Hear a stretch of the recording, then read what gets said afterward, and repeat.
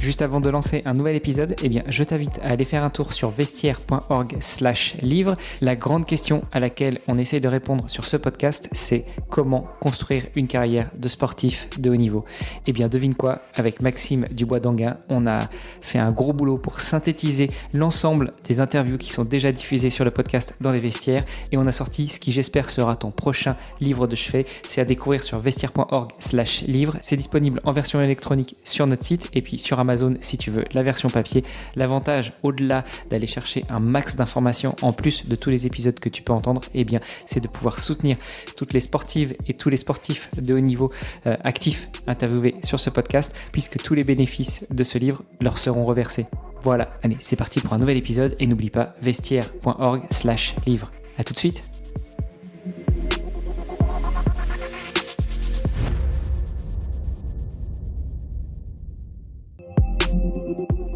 Dis papa, ils font quoi les sportifs quand ils sont pas sur le terrain ? Croyez-moi, quand votre fils vous pose cette question, ça fait réfléchir. Surtout quand on sait que pas mal d'entre eux jonglent avec un ou plusieurs jobs pour pouvoir joindre les deux bouts. Et j'ai réalisé que beaucoup d'entre nous se posent la même question. C'est pour ça qu'il y a quelques années, j'ai décidé de lancer le podcast Dans les vestiaires pour plonger dans cette double vie. Parce que derrière chaque athlète, il y a une histoire et parfois un autre métier. À peu près au même moment, j'ai rejoint ePlayer, un cabinet de recrutement spécialisé dans les recherches critiques. Alors moi, je suis recruteur tech et avec mon associé, on aide les entreprises à trouver les perles rares, mais on accompagne aussi les entités qui veulent définir ou redéfinir une politique de recrutement. Et je peux vous dire que des sportifs de haut niveau, croisés au gré de nos chasses de candidats, on en a vu un sacré paquet. Et oui, parce que, encore une fois, vivre de son sport n'est pas si facile quand on n'est pas installé au plus haut des podiums depuis des années. Et encore, comme une marque bien installée, il faut y rester et se réinventer sans cesse. Du coup, à travers les histoires inspirantes de mes invités, je vous propose de découvrir comment on peut répondre à nos enfants qui se demandent encore ce que font toute la journée ces sportifs de haut niveau. Parce que oui, entre sport et entrepreneuriat, il y a beaucoup de points communs. Et avec les JO de Paris qui approchent, c'était le moment de redonner vie à ce podcast. Alors restez après l'épisode, je vous donne tous les détails sur notre invité et je vous invite à aller voir la page sur le site vestiaire.org pour pouvoir le soutenir dans ses projets. Allez, c'est parti pour un nouvel épisode. Salut les sportifs, c'est Armano et je suis très heureux de vous recevoir pour un nouvel épisode du podcast Dans les vestiaires. Aujourd'hui, on va échanger avec une personne avec qui j'ai été mise en relation par Simon Chaussande de Wade School. D'ailleurs, on en reparlera. Je me réserve un petit peu aussi le meilleur moment pour pouvoir interviewer Simon et toute son équipe qui nous prépare une école de commerce de haut niveau spécialement pour les sportifs et les artistes, donc les gens un peu comme nous, en marge. Voilà. Enfin bref, notre invité aujourd'hui, c'est Mathieu Vialard, qui est un petit peu dans la même lignée qu'un invité précédent que j'ai eu, qui s'appelle Jean de la Roche-Brochard, qui est un investisseur. Mathieu est aussi un investisseur dans les startups. Il fait aussi le monde de demain, et puis il est aussi sportif, très grand sportif, et justement en off, on débriefait un petit peu de son trail de ce week-end. Bref, je suis très heureux de saluer Mathieu Vialard. Salut Mathieu. Salut Armano, merci pour l'invitation, ravi d'être ici, et un grand merci à Simon pour la mise en relation. Yes, c'est marrant, j'ai rencontré Simon il y a quelques temps et la première chose qu'il m'a dit c'est il faut que tu parles avec Mathieu, franchement vous avez plein d'atomes crochus et puis il fait du sport. Je dis écoute, vas-y balance avec plaisir. Et puis voilà, on a mis un peu de temps à se trouver, tu recevais pas mes messages, je recevais pas les tiens, c'était bizarre, on était dans un monde parallèle, mais finalement on a réussi, on s'est parlé et puis encore aujourd'hui on se parle, on enregistre. Mathieu, tout simplement, puisque tu seras bien mieux placé que moi pour le faire, je te laisse te présenter. Dis-nous tout, qui est Mathieu Vialard. Et tu choisis l'angle que tu veux, l'angle sportif, professionnel, mari, comme tu veux. Le micro est à toi. Merci. Écoute, en 2 mots, donc, je m'appelle Mathieu, j'ai 38 ans. J'ai cofondé un fonds d'investissement qui s'appelle Accéléo Capital, qui est donc une société de gestion qui gère des fonds. Et donc, notre métier, c'est 2 choses. Première chose, c'est de monter des fonds. Donc, on va voir des personnes qui ont beaucoup d'argent, des banques, des investisseurs institutionnels, l'État. On monte ces fonds d'investissement et ensuite, on les investit au capital de startups innovantes. Dans ce cadre-là, On investit dans des sociétés très technologiques, très souvent autour de la data, la cybersécurité, la fintech ou l'innovation dans la construction et l'immobilier. On a à peu près 200 millions d'euros sous gestion. On gère, on a un portefeuille de 45 startups en France et en Europe. Donc ça, c'est sur la partie pro. Je pense que si tu as eu Jean, tu vois à peu près comment fonctionne ce métier-là. Ouais, et puis D'ailleurs, pour le coup, on est à peu près sur les mêmes thèses d'investissement, sur les mêmes stades de maturité. On regarde des sociétés très jeunes, très technologiques, avec des dirigeants d'excellente qualité, ambitieux. D'ailleurs, on investit assez souvent avec Kima. Donc voilà. Ouais, Kima, qui est le véhicule d'investissement de Xavier Niel que dirige Jean de la Roche-Brochard. Et puis effectivement, je vois un peu comment ça marche parce que j'ai fait 16 ans dans la banque et en particulier dans les fonds d'investissement. Mais on pourra redétailler un petit peu pour les auditeurs que ça intéresse. On pourra rapidement revenir là-dessus. Et puis... tu parles de cybersécurité, de data, etc. Tu sais que c'est ma spécialité dans le cabinet de recrutement dans lequel je suis associé parce que je ne fais pas que du podcast. Donc voilà, à bon entendeur pour toi, mais aussi pour Jean et aussi pour tous les autres. Si vous cherchez des recruteurs, n'hésitez pas, on est là. Pensez à nous, n'est-ce pas Mathieu? C'est bien noté. On cherche toujours des recruteurs parce qu'on a toujours besoin en fait de profils de qualité dans nos startups. Je crois que c'est un des plus gros pain points en fait de nos sociétés, c'est d'arriver à trouver des bons profils pour compléter les équipes. Parce que ce qui fait la différence clairement dans notre métier, c'est la qualité de l'équipe.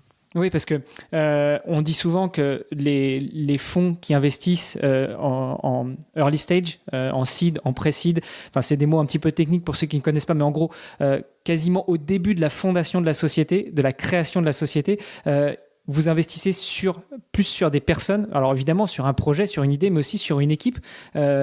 Et après, l'équipe, il faut l'étoffer une fois que vous avez investi. Et les moyens que vous investissez, les moyens que vous donnez à ces sociétés-là servent aussi à étoffer les équipes, non ? Absolument. Nous, lorsqu'on rentre au capital d'une société, elle a très souvent moins de 5 personnes et peu ou pas de chiffre d'affaires. Donc, dans la phase d'analyse, pour savoir si cette société est meilleure qu'une autre, on va passer 80% du temps pour jauger l'équipe, c'est-à-dire son track record, ce que ces personnes ont réalisé par le passé, leur capacité à réaliser avec succès les différentes étapes de leur projet et leur capacité à s'entourer, parce que une société qui se développe et qui va dépasser 100, 200 ou 300 personnes, ce sont des dirigeants qui ont cette capacité à la fois avoir l'humilité de se dire, en fait, il va falloir que j'ai de l'aide dans tel et tel aspect, il va falloir que je recrute meilleur que moi sur des aspects sales and marketing, sur des aspects produits, sur des aspects technologiques, et surtout qui passe du temps en fait pour gérer cette partie organisationnelle. Ça, c'est un élément clé pour nous.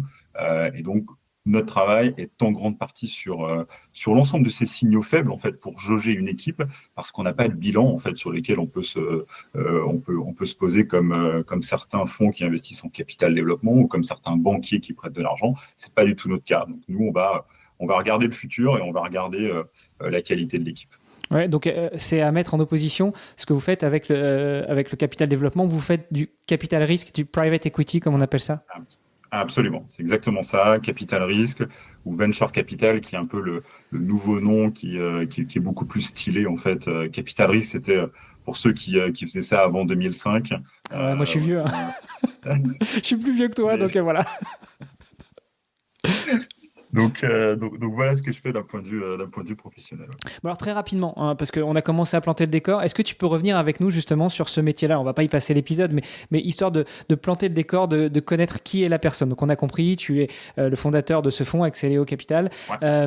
Mais qu'est-ce que ça fait un fonds finalement ? Ça, tu l'as dit, vous allez récupérer de l'argent auprès de gens très fortunés, des entreprises, des institutionnels, l'État parfois. Qu'est-ce que vous faites avec tout cet argent ? C'est pas pour vous le mettre dans la poche. On aimerait bien, mais on peut le faire qu'une seule fois et il faut qu'on court très vite. C'est même pas courir longtemps en plus, c'est courir vite. Et il y en a qui ont essayé, hein. Je pense à Madoff, il a eu beau courir vite. Exactement, ouais, ça c'est mal terminé. Non, plus sérieusement, on utilise cet argent pour investir au capital de start-up. Donc la deuxième partie de notre métier, c'est de choisir les meilleures startups dans nos thèses d'investissement, donc les thèses les secteurs en fait que j'ai présentés tout à l'heure. Et donc, tout le travail de notre équipe, on a aujourd'hui une douzaine de personnes dans l'équipe, principalement basées sur Paris, ça va être d'analyser les dossiers, d'aller chercher d'ailleurs les dossiers, les meilleurs dirigeants qui créent leur boîte pour les accompagner à la fois sur la partie financière, mais également d'un point de vue réseau, puisque l'avantage, c'est que nous, on a constitué un réseau d'entrepreneurs investisseurs, c'est-à-dire que les personnes qui mettent de l'argent chez nous sont très souvent des entrepreneurs, des banques, BPI France également, et ils ont, en tout cas, ces entrepreneurs ont un certain réseau, un certain track record dans le domaine du logiciel qui vont mettre à profit des startups de notre portefeuille. Et donc, à un moment ou à un autre, le fait de pouvoir accompagner une startup sur des sujets un peu clés, sur la partie commerciale, sur la partie structuration d'équipe, sur le développement international, ça apporte autre chose que simplement de l'argent. Et donc, on voit à peu près entre 3 et 4 000 startups par an et on en sélectionne une dizaine. Donc, en fait, il y a beaucoup d'appelés, mais il y a peu d'élus. Donc, on est sur un métier où, dans 99% des cas, on dit non. Ce qui crée en fait pas mal de déceptions parce qu'on passe du temps avec des dirigeants, on discute avec eux, on creuse certains sujets et à un moment donné, et très souvent assez vite en fait, parce que notre problématique, c'est le temps, on leur dit non, désolé, on ne pourra pas faire. Certaines fois, c'est pour des considérations objectives, parce qu'on ne croit pas au marché, parce qu'on pense que l'accès au marché va être compliqué, parce qu'on pense que le temps de développement produit va être plus long que ce que nous explique le dirigeant, donc on n'investira pas, ou alors certaines fois parce qu'on pense que la qualité de l'équipe n'est pas au rendez-vous. Ça, c'est assez dur, parce que c'est très subjectif, en fait, comme sentiment, et donc on va expliquer à un entrepreneur qui met corps et âme en fait pour développer sa boîte qu'en fait nous on pense, d'ailleurs on va pas trop lui expliquer non plus parce qu'on pourrait avoir des problèmes, mais on arrête en tout cas la discussion parce qu'on pense que ça va pas aller assez vite avec cette équipe de management. Alors j'ai deux questions par rapport à ça. Un, tu nous disais que vous allez chercher les dossiers. Comment est-ce que vous allez les chercher? Est-ce que ce sont les dossiers, enfin en tout cas les porteurs de projets qui viennent à vous et puis vous les sélectionnez, ou est-ce que c'est même vous qui faites une certaine forme de veille sur les réseaux, dans la presse, etc.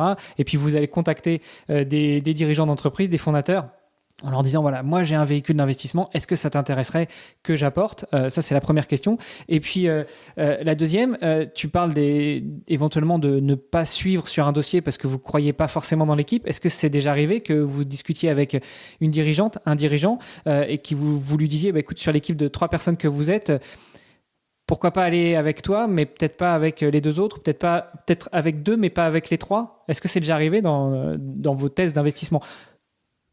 Alors, je réponds à la première partie de la question d'abord. On a deux sources de deal flow. En effet,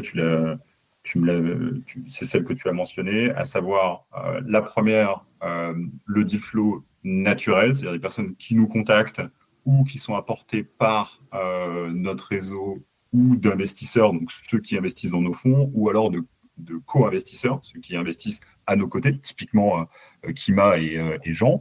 Et on a quelques dossiers qui viennent de Jean, d'Alexis, par exemple. D'autres co-investisseurs, bien évidemment, avec qui on a l'habitude de travailler.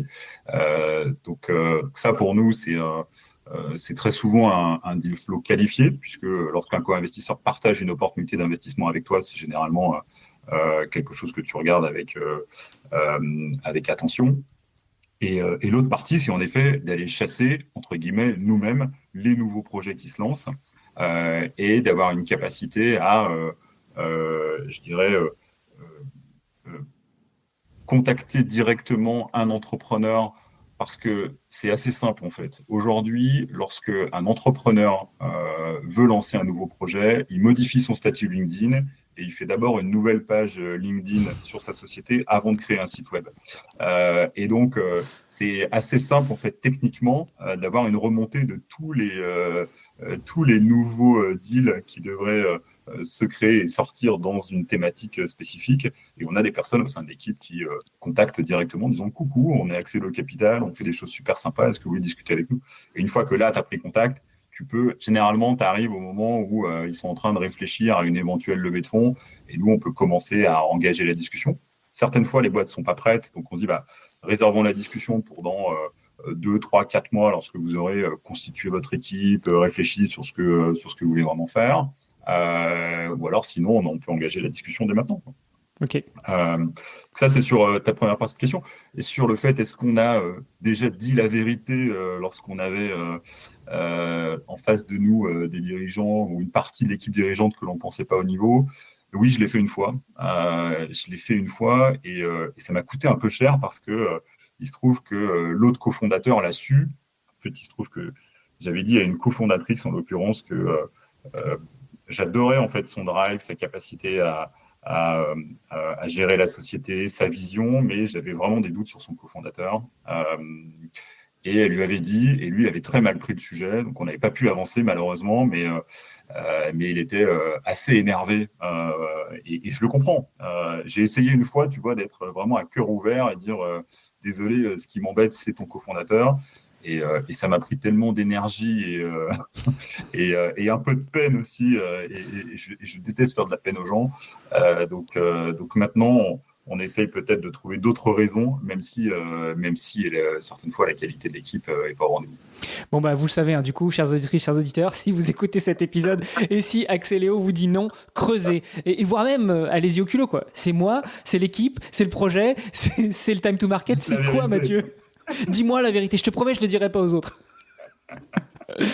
Bon, mais voilà, j'ai fait une petite digression, 10 minutes d'aparté, mais c'était, je pense, nécessaire et important pour pouvoir planter le décor, savoir qui on a de l'autre côté du micro. Et puis tu as dit une chose qui me plaît beaucoup, c'est que tu n'aimes pas faire de la peine aux gens. Et voilà, on rebondit un peu sur des valeurs sportives. Donc là, on a parlé de toi, Mathieu Vialard, le professionnel, l'investisseur, le patron de fonds d'investissement. J'aimerais que tu me parles de Mathieu, le sportif. Alors Mathieu le sportif, c'est quelqu'un qui fait un peu de trail ou un peu beaucoup de trail. Ça fait 6 ans. Avec le trail, on ne sait jamais en fait, parce que tu peux faire un trail de 10 bornes et tu peux faire un trail de 180 bornes. Tu sais jamais si c'est un peu, pas beaucoup. Exactement. Mais ça fait 6 ans en fait que je fais du trail et j'ai commencé comme tout le monde en fait à faire de la course à pied.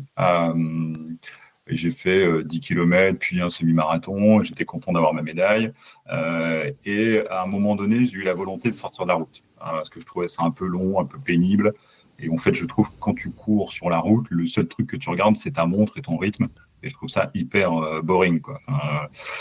J'ai fait un marathon. Alors, c'était super intéressant parce que c'était le Nice-Cannes et je le trouve magnifique. Mais ouais, ok, quoi. Alors, je pose ça quelque part parce que je pense que ça va en opposition avec ton métier justement de gestionnaire de fonds et d'analyse des données, etc. Mais ok, donc t'aimes pas regarder la montre, t'aimes pas être les yeux rivés sur un indicateur pendant que tu cours, tu es plutôt à la sensation, quoi.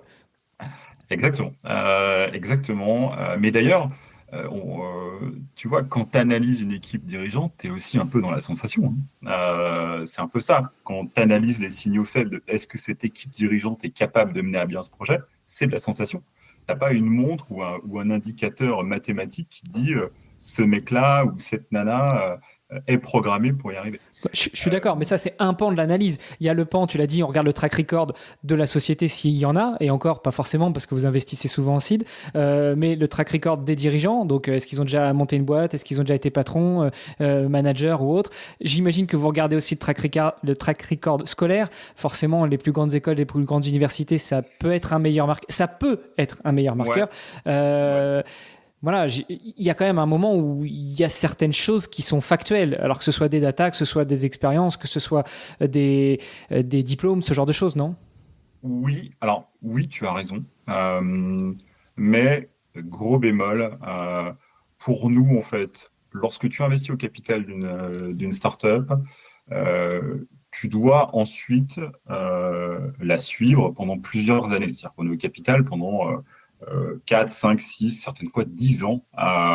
Et donc, tu as des interactions au quotidien ou quasi quotidiennement avec l'équipe de management. Donc, le motto numéro 1 chez Axeléo Capital, c'est si vous faites un deal, il faut que vous ayez confiance dans le management et il faut que vous ayez envie de travailler avec ce management. Si on est sur un produit incroyable, si on est sur des dirigeants qui ont un track record, des diplômes vraiment d'excellente qualité, mais vous sentez qu'il n'y a pas le feeling de vouloir travailler ensemble, ne faites pas. Et j'ai jamais en fait poussé un deal, ne serait-ce que parce qu'il était beau sur le papier en fait. Et c'est vraiment des questions de feeling et des questions de capacité à travailler ensemble dans la durée, parce que si tu sens que ça passe pas, qu'au final il y a beaucoup de friction en fait dès le départ, dès cette phase d'analyse avant d'investir, tu sais que ça n'ira pas mieux ensuite. Donc voilà, c'était une petite parenthèse, mais peut-être pour revenir sur le parcours sportif, j'ai très vite basculé sur du trail avec un de mes bons potes qui faisait du trail sur Lyon avec moi. Et ben, au départ, tu sais, quand tu as l'habitude de faire un semi-marathon, tu fais ton premier trail de 20 km. Et en fait, il y a deux écueils, quoi. Le premier, c'est que tu as des chaussures de running, puisqu'en fait, j'avais pas envie de mettre 150 balles dans une paire de pompes sur un sport que je connaissais pas. Je me suis dit, bon, allez, ça va le faire, tu vois. Et puis, comme c'était sec, je partais du principe que ça ressemblait à une route, tu vois.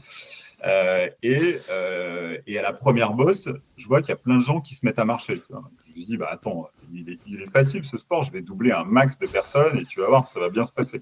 La première côte, j'arrive quand même assez essoufflé, mais je me dis que ça va le faire. La deuxième côte, je me suis mis à marcher. Je me suis dit que les autres avaient raison.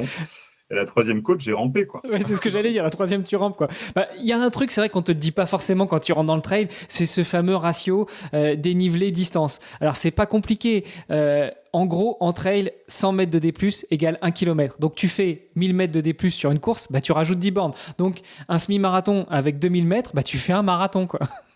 Exactement, c'est exactement ça. Et puis moi, j'étais parti du principe que bon, bah, au final, c'était 18, j'avais déjà fait 21, tu vois, c'était trop basique en fait comme analyse. Donc j'ai morflé vraiment, mais j'ai trouvé ça plutôt cool.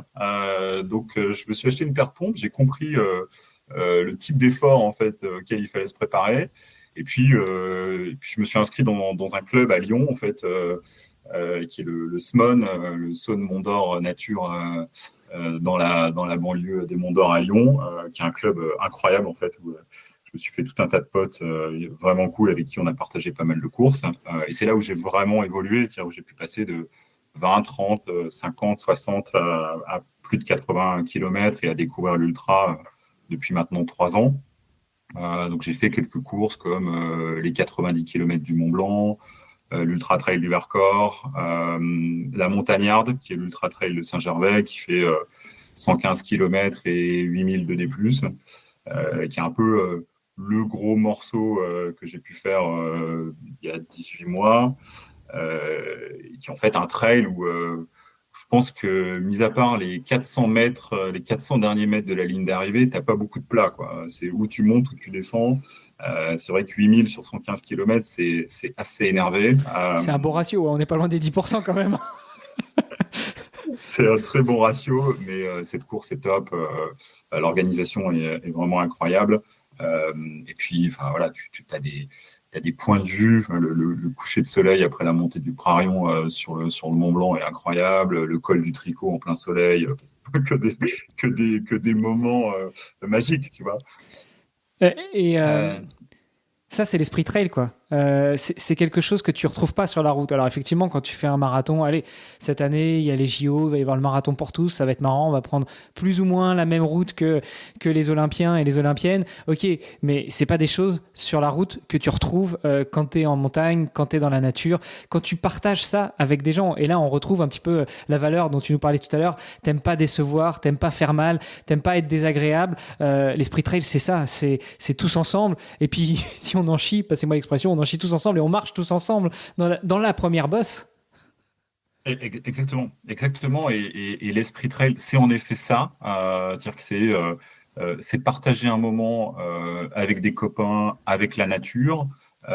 Mais pour moi, hein, la différence entre la course sur route et le trail, la course sur route, c'est pour moi, tu cours contre le chrono.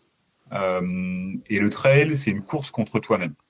En fait, t'as beau être bien entraîné, t'as tout un tas d'autres paramètres qui rentrent en ligne de compte dans le trail, ton alimentation, les conditions climatiques, la gestion du sommeil, qui fait que si tu gères pas ton effort correctement, bah, tu te plantes, quoi, tu exploses et tu es peut-être mieux entraîné que des personnes qui vont finir ou qui vont finir devant toi, et toi, tu exploses.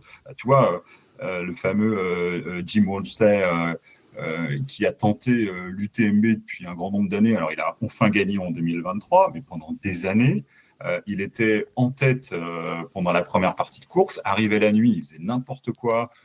Il s'habillait à moitié, il prenait froid, il mangeait n'importe comment, et il avait du mal à finir ou il abandonnait.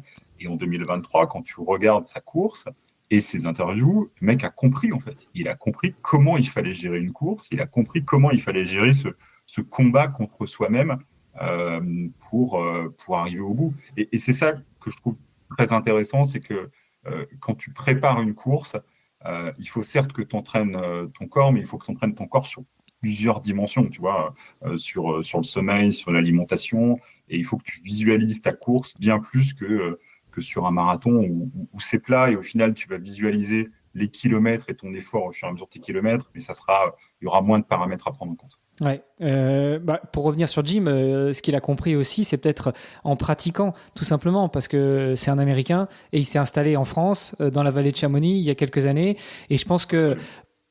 ça fait partie des paramètres dont tu parlais, l'environnement, la météo, la façon de s'entraîner. L'UTMB, ça a beau être en France, et je dis ça avec le plus grand amour possible pour cette course et pour toutes les courses françaises, l'UTMB reste le championnat du monde du trail, quoi. L'une des plus belles courses du monde de trail et l'une des plus difficiles. Il y a la Western aux États-Unis, il y a la Leadville, il y en a plein, mais ça n'a rien à voir avec l'UTMB. Bon, bref, on faisait une aparté, mais voilà, on va faire beaucoup d'apartés aujourd'hui, en fait. Non, mais c'est bien, c'est vivant. Exactement.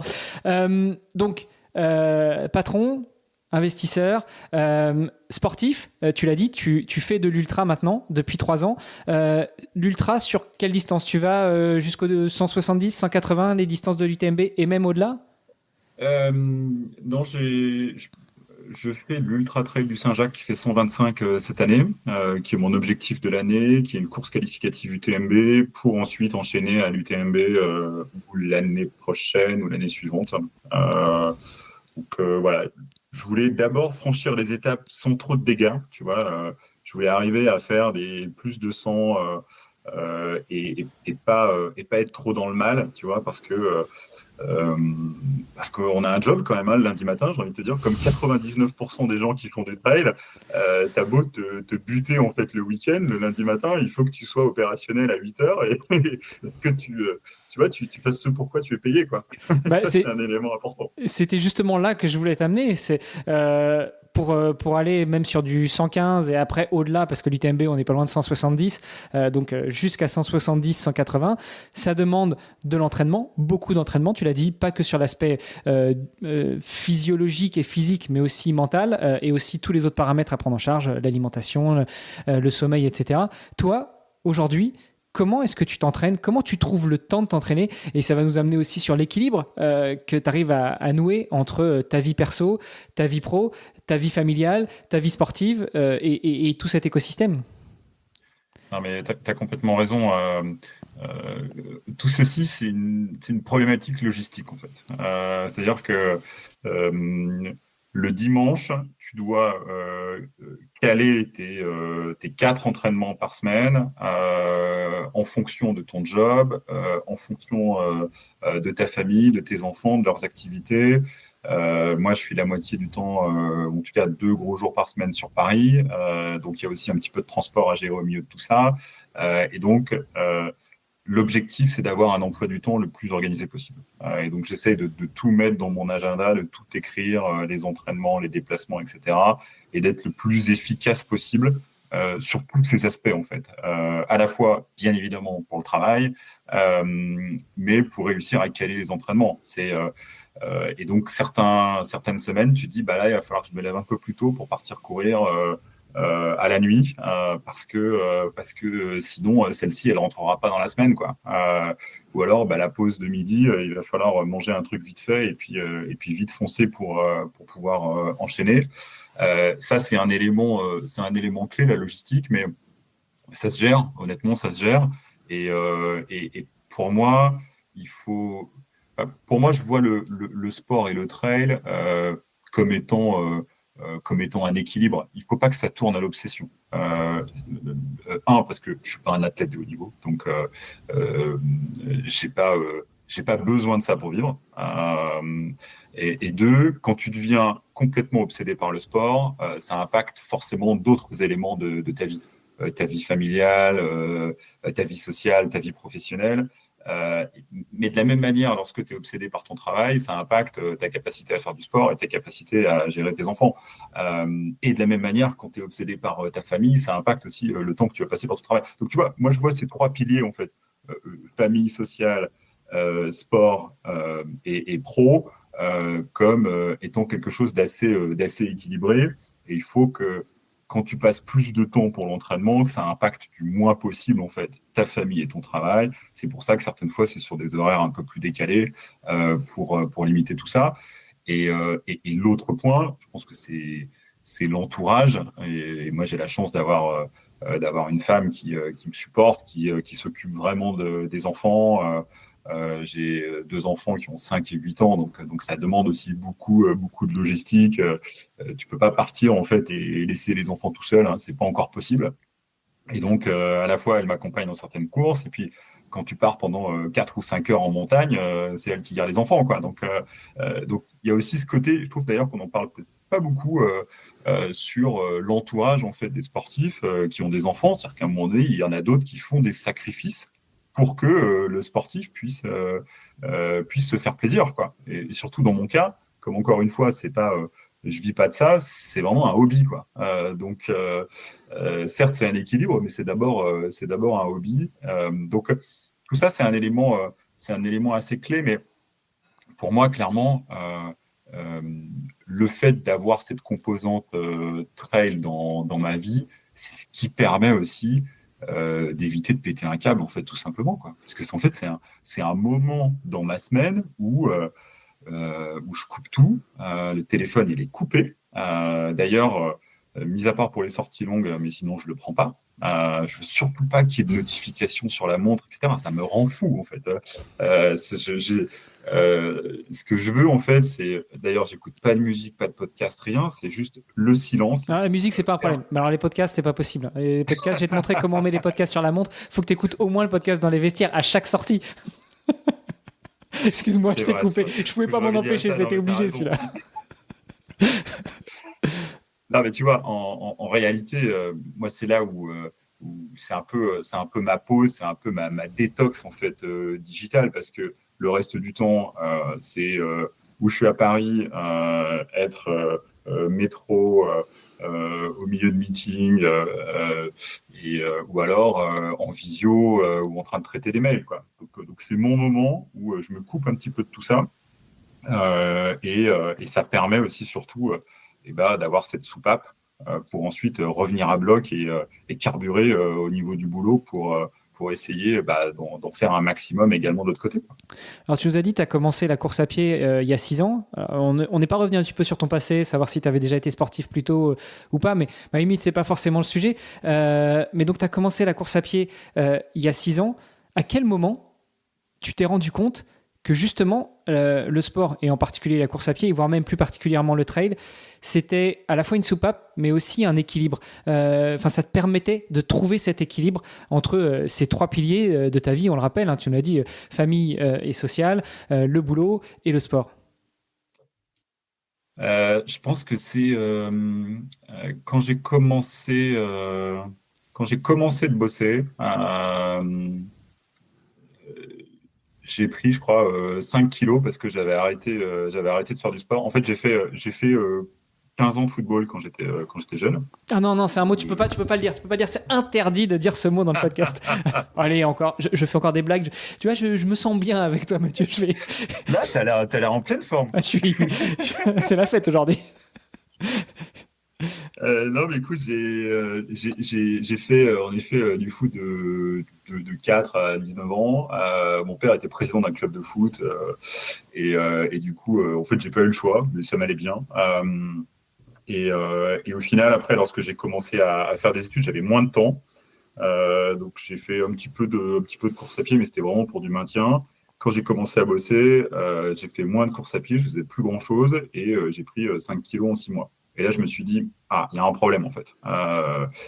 Parce que si tu continues comme ça va mal se passer et j'avais pas envie d'être trop gros à 40 ans, tu vois. Donc, je me suis Merci. dit qu'il fallait, je me suis dit qu'il fallait quand même rajouter une petite dose de sport au milieu de tout ça. Et en clair, c'est comme ça que après tu fais toujours un petit peu. Je trouve que la course à pied, au début, c'était un complément par rapport à d'autres sports type squash ou un petit peu de tennis. Et après, à un moment donné, ça devient. Je trouve que quand tu commences à dépasser 3 entraînements par semaine, ça devient un peu une drogue, quoi. Ça devient un petit peu tu chopes un peu le virus, tu commences à. Et puis c'est arrivé au moment où tu commençais à avoir la data quand même dans l'analyse du sport. Et je trouve que la data t'apporte en fait une vision encore plus sympa dans l'analyse de tes sorties, dans l'évolution de ta performance. Et c'est quelque chose qui m'a permis aussi d'aller un petit peu plus vite, un petit peu au-delà. Mais ça restait de faire des 10 km ou des semi-marathons. Et après, par contre, j'ai basculé sur un autre terrain de jeu où j'avais besoin de sortir de la ville, en fait. C'est-à-dire que j'ai eu une étape où j'avais besoin de voir autre chose, d'avoir une sorte de communion avec la nature, parce qu'on a habité Lyon pendant des années et à force de courir dans la ville, j'en avais juste marre. Euh, bon, on l'a pas dit, mais entre-temps, tu as déménagé, donc tu es un peu Ouais. plus au milieu de la nature. Je peux comprendre aussi que du coup, tout ça, ça t'amène justement à pratiquer plus le trail. Mais je reviens un peu sur ma question. Vraiment, à quel moment tu te rends compte que grâce au sport, tu trouves ton équilibre et en particulier grâce à la course à pied.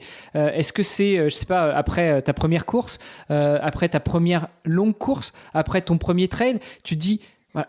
Enfin, tu sais, des moments, en tout cas moi, je parle de mon expérience personnelle, hein, mais Ouais. des moments, tu sens que tu as un petit déclic qui te dit, mais en fait, là, je suis bien. Et puis après, tu arrêtes parce que tu as fini ta course, tu prends quelques temps de repos ou tu as d'autres obligations familiales et professionnelles. Et là, tu commences à sentir le manque. Alors, c'est pas que lié aux hormones ou autres, je pense que c'est vraiment aussi lié au manque de dépassement, d'équilibre, de méditation. Tu le disais, hein, pour toi, c'est aussi ton moment où tu coupes tout, en fait. Et à quel Ouais, t'as moment ça raison. s'est passé, ça, chez toi? Non, non, tu as raison, c'est une bonne question. Je pense qu'il y a une course qui m'a changé, c'est la course un peu phare, celle que j'avais préparée au départ. C'était le Chartreuse Trail Festival, qui est organisé par Red Light tous les ans, et qui fait 40 km et 2000 de D+, en Chartreuse. Et c'était la première vraie course que je préparais, dans le sens où c'était un peu mon premier objectif de l'année. Et donc, j'avais fait un mini plan d'entraînement pour ça. Et donc, à la fois, ça m'a obligé à commencer à organiser mes semaines en disant, si je veux y arriver, je dois organiser mes semaines. Donc, ça a créé la contrainte, tu vois. Le point de départ, en fait, c'est la contrainte. Et lorsque tu arrives au dernier kilomètre, je trouve que dans ce sport, l'adrénaline du dernier kilomètre est complètement incroyable. Ça vient éliminer à la fois toutes les heures que tu as eu à galérer en fait dans la boue, sous la pluie, etc., avoir mal de partout, machin. Et ça vient éliminer également tout le travail de sortie, de préparation, les sorties que tu fais à la frontale, dans le froid, dans la neige, pour préparer ce truc-là. Ce dernier kilomètre et ces jours ou ces semaines suivant cet objectif qui avait été accompli, je me suis dit, ouais, en effet, c'est un équilibre qui t'apporte autre chose. Enfin, c'est un sport qui t'apporte autre chose que le simple hobby, je me balade, je vais faire un tour le dimanche, quoi. Je dirais, c'était en effet un équilibre et j'avais créé un autre pilier qui était le sport, quoi, tu vois. Il devenait euh, aussi important, j'ai envie de dire, que les deux autres piliers, tu vois. Parce que tu avais ce sentiment, en fait, du devoir accompli, tu avais ce côté gratifiant en disant, ouais, je l'ai fait, quoi, j'ai réussi. Euh, et, euh, et ça je trouve qu'encore une fois, cette adrénaline du dernier kilomètre, c'est un peu ce biais cognitif humain. C'est-à-dire que tu as un biais cognitif où le cerveau garde davantage les bons moments que les mauvais moments. Et donc, tu te retrouves certaines fois à refaire une course que tu avais complètement détestée, mais parce qu'en fait, tu te rappelles du dernier kilomètre qui était vraiment incroyable, où tout le monde t'applaudissait, où tu avais la satisfaction du devoir accompli, mais ton cerveau a oublié tous les moments de galère en fait, que tu avais eu pendant cette course. Et moi, tu vois, j'ai fait la Saint-Élion en 2019. C'était 10 heures de course à pied dans le froid, la boue, la pluie, il y avait de l'eau de partout. Je suis arrivé, mais j'étais marron. C'était l'enfer. Et en fait, cette année, je l'ai coché, je vais la faire, quoi. Alors que tu m'aurais interviewé, mais 30 secondes après, j'ai dit, mais c'est terminé, plus jamais je ferai cette course, parce que j'avais tellement galéré.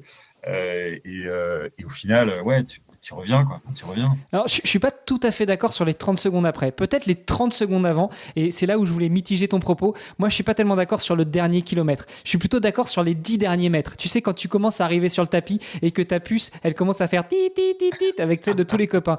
En fait, les 9 derniers mètres, tu commences à ressentir l'adrénaline, le sentiment du devoir accompli, même si tu n'es pas du tout dans les temps que tu t'étais fixé. Mais tu te dis encore, mais plus jamais, plus jamais, plus jamais. Puis tu passes un premier pied au-delà de la ligne, et entre le premier et le deuxième, c'est que tu fais, mais en fait, je la refais l'année prochaine, ou alors je sais déjà laquelle ce sera la prochaine. Donc, tu vois, 30 secondes après, peut-être pas que tu m'aurais dit plus jamais. 30 secondes avant de passer la ligne, peut-être tu m'aurais dit je la ferai plus jamais. Je sais pas ce que tu penses de cette vision, Mathieu. Moi, c'est un peu avant, parce que tu vois, typiquement sur la montagnarde, il y a 29 heures de course. Enfin, je fais 29 heures de course. Les 2 derniers kilomètres, je suis quasiment en pleurs, quoi. Tu vois, je suis quasiment en pleurs parce que je dis putain, c'est bon, en fait, je vais y arriver, quoi. Je l'ai fait. Et c'est tellement de sacrifices, en fait, pendant des mois. Alors, c'est à mon petit niveau, tu vois. Si les gens ils vont voir ma cote ITRA, ils vont rigoler, quoi. Je suis un mec de milieu de classement. Mais c'était un défi avec toi-même, c'était des sacrifices perso.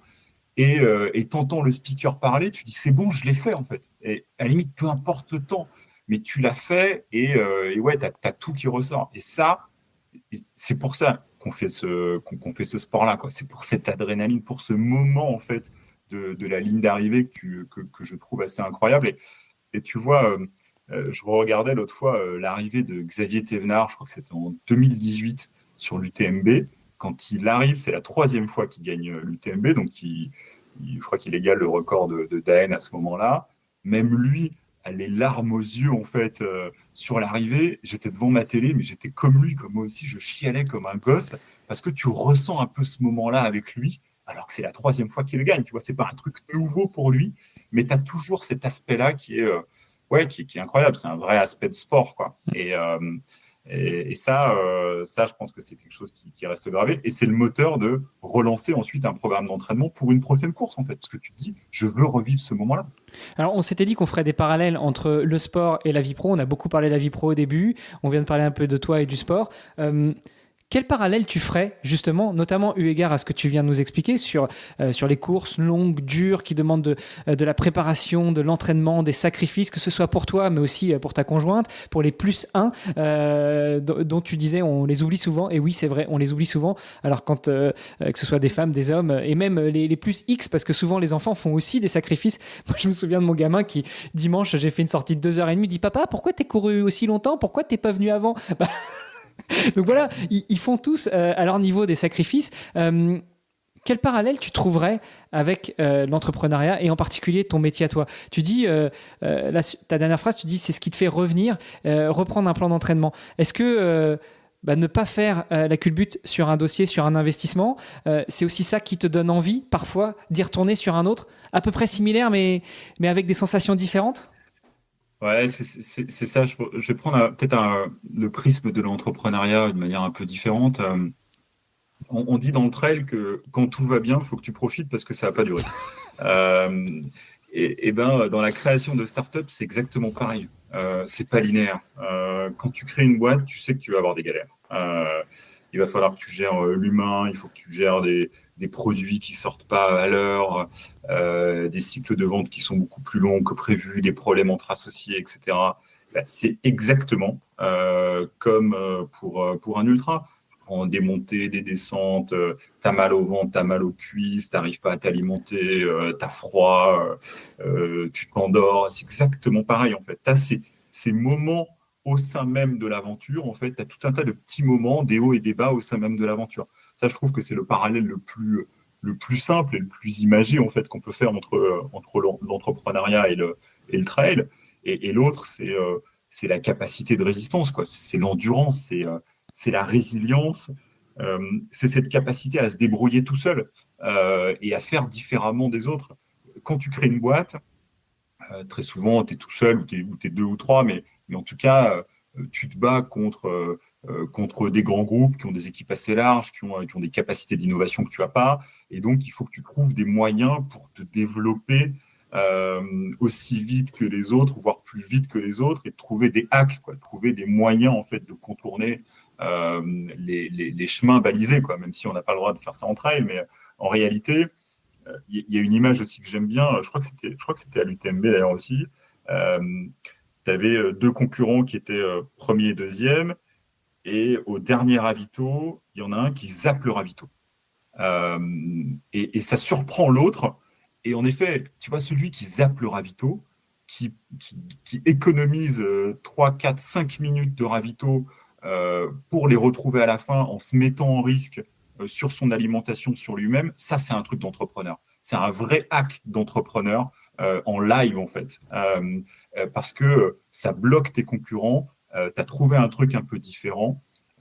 Et c'est exactement ça, en fait. C'est dans quelle mesure il faut que tu arrives à avoir cette résilience, cette résistance, parce que ça sera difficile. Il faut que tu sois préparé. Et il faut aussi que tu aies... et moi, je pousse aussi mes dirigeants à savoir où est-ce qu'est la ligne d'arrivée. C'est-à-dire qu'en fait, quand tu cours un marathon, tu arrives à courir un marathon parce que tu sais que ça fait 42 km. Quand tu montes une boîte, il faut toujours que tu aies en tête à quel moment ça va s'arrêter ou à quel moment j'ai envie que ça s'arrête. La plupart des dirigeants qui créent des startups, ils vont rarement créer des boîtes pour ensuite les transmettre à leurs enfants. Très souvent, des sociétés qui vont vouloir adosser à un moment ou à un autre groupe un peu plus gros qui viendra les racheter, ou alors à s'introduire en bourse, mais bon, ça reste quand même assez hypothétique. Mais je pousse mes dirigeants à dire, OK les gars, c'est quoi le timing que vous vous êtes donné ? Ça peut être 15 ans, ça peut être 5 ans, il n'y a pas de mauvaise réponse. Mais ça permet en fait d'avoir l'énergie, le carburant pendant toute cette durée, exactement comme une distance de trail ou comme un 10 km où tu gères ton énergie d'une manière complètement différente, quoi. Ça, pour moi, c'est un élément important aussi pour les entrepreneurs pour qu'ils puissent se projeter. Disons, en fait, à X années, j'ai envie de faire autre chose, j'aurais envie de faire autre chose. Après, ça peut évoluer avec le temps, hein. En fonction de ton énergie, tu peux décider de faire plus de kilomètres, tu vois. Mais si tu t'arrêtes avant, tu peux avoir des problèmes. Ouais. Bah, des fois, il y en a qui s'arrêtent avant, hein. Il y en a, au bout de 6 mois, ils sont déjà rachetés par Google ou autre. Et là, c'est bingo pour l'entrepreneur, pour les entrepreneurs, c'est bingo pour les investisseurs. Et puis voilà. Ah, exact, c'est vrai. Ça, c'est une possibilité-là aussi. Ouais. Tiens, d'ailleurs, ça me fait penser... l'essence même de ce podcast, c'est de savoir comment est-ce que les sportives et les sportifs financent leur carrière. On fait aussi appel à des experts et puis aussi à des entrepreneurs qu'on qualifierait aussi d'experts dans leur domaine, comme Jean, comme toi et comme d'autres. Mais en gros, la question c'est comment est-ce qu'on finance une carrière de sportif de haut niveau.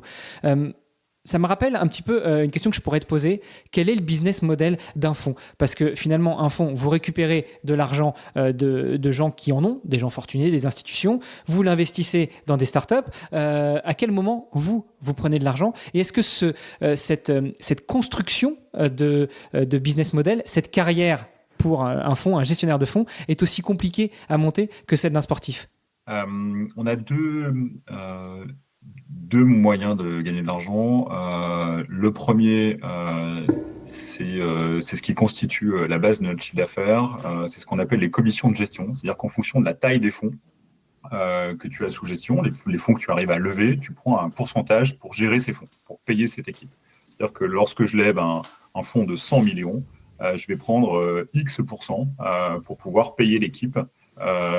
Équipe qui va trouver les dossiers, gérer les suivis, gérer les sorties, etc. Donc, c'est prévu avec nos investisseurs dès le départ que l'on puisse prendre une partie en fait de leur montant souscrit pour pouvoir payer l'équipe. Et donc ça, c'est notre chiffre d'affaires. Et ensuite, on a une commission de performance, c'est-à-dire que si on fait bien notre travail et en fonction de la performance du fonds, on aura droit à une quote-part supplémentaire pour l'équipe, une sorte de partage de la plus-value qui permet d'aligner l'intérêt des investisseurs et de l'équipe d'investissement. Et ça, ce sera au moment où vous sortirez du fonds, donc au moment où vous revendrez vos participations dans les sociétés. Absolument, et c'est même au moment où on liquide complètement le fonds, c'est-à-dire qu'en fait, lorsqu'on crée un fonds d'investissement, on va investir dans une trentaine de sociétés, donc il y a 30 sociétés qui seront financées par un seul et même fonds, et lorsque l'ensemble des sociétés ont été cédées, l'argent remonte dans une sorte de pot commun, et en fonction de la performance, il y a une petite partie, plus ou moins grosse partie, qui revient à l'équipe d'investissement si elle a bien travaillé. Donc là, on est un petit peu sur la prime de course pour les sportives et les sportifs de haut niveau. Quand ils gagnent une course à Price Money, ils récupèrent une prime en plus. Le reste, vous prenez des commissions sur les investissements, mais ça, c'est déjà entendu au moment de la souscription, au moment où les gens qui investissent vous donnent de l'argent pour vous l'investir dans les sociétés, un peu comme des sportives et des sportifs vont aller chercher des partenaires, des sponsors, et parfois ceux qui sont entre les deux, ceux qui permettent de lever des fonds pour des sportifs prennent aussi leur commission. Absolument, c'est exactement ça. Il n'existe pas des fonds d'investissement dans les sportifs? Ça existe, ça, à l'étranger, il me semble. Ouais, ça existe à l'étranger, mais j'avoue, j'en ai pas vu en France, et je suis pas certain que la réglementation soit aussi claire que ça pour l'investissement sur les droits des sportifs. Je sais qu'à une époque, en fait, il y avait eu pas mal de discussions. Je crois qu'il y avait eu un joueur de foot, je ne sais pas si c'était pas Mangala, en fait, qui appartenait en partie à un fonds d'investissement. Au moment d'un transfert, le fonds d'investissement a gagné un petit peu d'argent, mais ça créait quand même des limites éthiques assez réelles. Donc voilà. À l'heure actuelle, non, j'ai pas vu d'initiative de ce type-là. Bon, dans le Web3, je crois que ça existe déjà. On peut tokeniser en fait des sportives et des sportifs, et puis donc prendre part d'une certaine manière à l'investissement et donc au financement des carrières.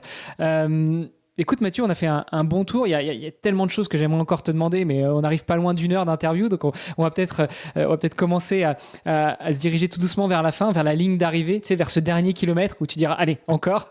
Le moment de l'adrénaline. C'est ça, le moment de l'adrénaline. Justement, le moment de l'adrénaline. Si je ne m'abuse, tu as créé Axeléo Capital il y a 6 ans, un peu au moment où tu as commencé à courir, à quelques mois près, sacrée coïncidence. Et justement, ma dernière question, si on pouvait vivre dans un monde un peu spécial, un peu fantastique, et que tu pouvais te projeter à côté du Mathieu Vialard de 31 ans et demi quand il va créer Axeléo Capital, que lui sache exactement que c'est lui, mais 6 ans plus tard, qu'il a à côté de lui, donc il sait ce que tu vas faire au niveau professionnel, au niveau sportif. Qu'est-ce que tu crois que lui te dirait en voyant tout ce que tu as accompli? Et lui, il me dirait au final, t'as pas trop grossi. Il me dirait, t'as vraiment couru 29 heures, ça fait un jour et une nuit, mais pourquoi t'as fait ça? Il pourrait dire ça, en fait. Il pourrait dire, mais pourquoi t'as fait ça? Parce que à cette époque-là, j'avais pas encore le virus, en fait. J'avais pas le truc, donc tu comprends pas certaines fois quand les gens font des courses à ce niveau. Et comme moi, je comprends pas que des personnes puissent faire des 300 ou des 400 km. Hein, tu vois, à un moment donné, je dis, et peut-être que j'y arriverai un jour, mais là, il faudrait vraiment avoir une autre gestion de l'emploi du temps. Ouais, ce serait plus des questions de ce type-là, mais avec beaucoup d'admiration dans les yeux quand même. Et justement, quand il te dirait, tu as vraiment fait 29 heures sur la montagnarde, qu'est-ce que toi, tu lui répondrais? Je dirais oui, c'est vrai. Bon, il y aura peut-être une leçon derrière quand même que tu voudrais lui transmettre. Je lui dirais, prends pas, je lui dirais, change de chaussettes à mi-parcours parce que les chaussettes que tu as prises pour la dernière partie du parcours, elles t'ont filé des ampoules, c'était l'enfer. Tes pieds, c'était n'importe quoi à la fin. Je lui dirais ça, tu vois, un petit tips, quoi. Non, je lui dirais surtout, d'une manière générale, change rien. Fais confiance à ton instinct, parce que derrière tout ça, y a un peu d'instinct, il y a un peu de bol. Moi, j'ai trouvé des personnes autour de moi incroyables au niveau boulot, des dirigeants de boîte, mon associé sur Accéléo Capital, nos investisseurs qui sont vraiment des gens incroyables, des partenaires de course, ma femme. Et tout ça, c'est de l'instinct et c'est un peu de chance, donc change rien. Écoute, d'ailleurs, pour le tips des chaussettes, moi j'ai un truc que j'ai découvert quand j'ai préparé mon défi et que je l'ai réalisé cet été, c'est les chaussettes 5 doigts. Tu sais, c'est les chaussettes comme des gants en fait, mais pour les pieds. Ouais. Et ça, pour le trail, mais c'est vraiment une tuerie. Alors déjà, sur la route, c'est pas mal, mais alors pour le trail, c'est génial parce qu'en fait, les doigts ne frottent pas entre eux. Donc même quand tu traverses des rivières, tu as les doigts trempés, etc., enfin, tu as les doigts de pied trempés, et ben c'est génial parce que ça ne te génère pas de cloque. Mais il me faut ça absolument. Mais tu vois, je me demandais comment faire des podiums, je crois que j'ai trouvé, quoi. Tu viens de me donner une idée. On cherchait depuis quelques temps quels goodies on pourrait faire pour les auditeurs, les auditrices et les invités du podcast. Je crois que je vais faire des chaussettes 5 doigts siglées dans les vestiaires. Et j'enverrai ça aux invités. C'est pas mal ça, non ? Mais tellement, mais carrément, bien sûr.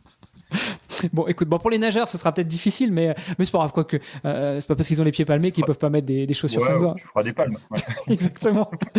Bon, écoute, Mathieu, c'était vraiment très sympa. Pour terminer, et après, promis, je te laisse tranquille, où est-ce qu'on te retrouve ? Où est-ce qu'on te suit ? Où est-ce qu'on rentre en contact avec toi ? Où est-ce qu'on trouve le deal flow si on est un entrepreneur, une entrepreneuse et qu'on souhaite candidater à une promotion d'Accéléo Capital ? Écoute, LinkedIn est un bon moyen. J'essaye du mieux possible de répondre aux messages LinkedIn.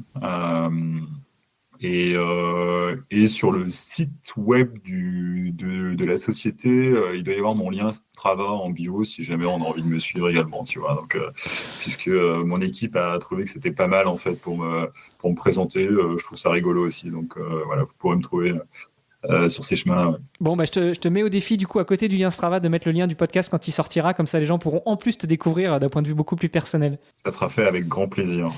Merci beaucoup Mathieu, je te souhaite une bonne continuation, bonne préparation pour tes objectifs cette année, notamment la Saint-Élion en fin d'année. Et puis écoute, on se croisera. Et l'Ultra du Saint-Jacques. Et l'Ultra du Saint-Jacques. Et puis j'espère qu'on aura l'occasion de se croiser un de ces quatre sur les chemins.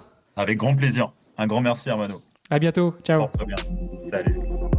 Alors on est d'accord, chaque athlète a une histoire unique, comme tous les athlètes que vous avez pu entendre sur ce podcast jusqu'à présent. Et d'ailleurs, il n'y a pas que des athlètes, il y a aussi celles et ceux qui font le sport, il y a aussi des entrepreneurs, des experts business qui viennent nous parler de leur vision, de comment est-ce qu'on peut construire une carrière de sportif de haut niveau ou accompagner. Justement, on a écrit le livre dans les vestiaires qui s'appelle Secret de champion. Avec Amazon, vous pouvez le faire imprimer et le recevoir directement chez vous. Sur le site, ce sera de la version électronique. Tout ça pour dire que le média dans les vestiaires œuvre pour soutenir les sportives et les sportifs de haut niveau, pour les aider à construire leur carrière et pour atteindre le plus haut niveau. Qui sait, peut-être on retrouvera une bannière dans les vestiaires sur les podiums des Jeux Olympiques. En tout cas, n'hésitez pas à venir échanger avec nos invités sur leurs réseaux sociaux. Tous les liens sont dans les notes de l'épisode. Et puis, chaque euro compte. On a besoin de vous. 100% des dons sont directement reversés aux sportives et sportifs de haut niveau invités sur le podcast dans les vestiaires. Notre objectif, c'est de mettre en lumière ces héros du sport et ils ont besoin de votre soutien. Le plus simple, c'est encore de partager leurs histoires et de les aider à briller sur la scène internationale. Et ainsi, tout le monde fera un petit peu partie de cette superbe aventure sportive et philanthropique. Partagez leurs épisodes, ça nous aide et surtout ça les aide. Allez, sportez-vous bien et on se retrouve très prochainement pour un nouvel épisode. Salut les sportifs!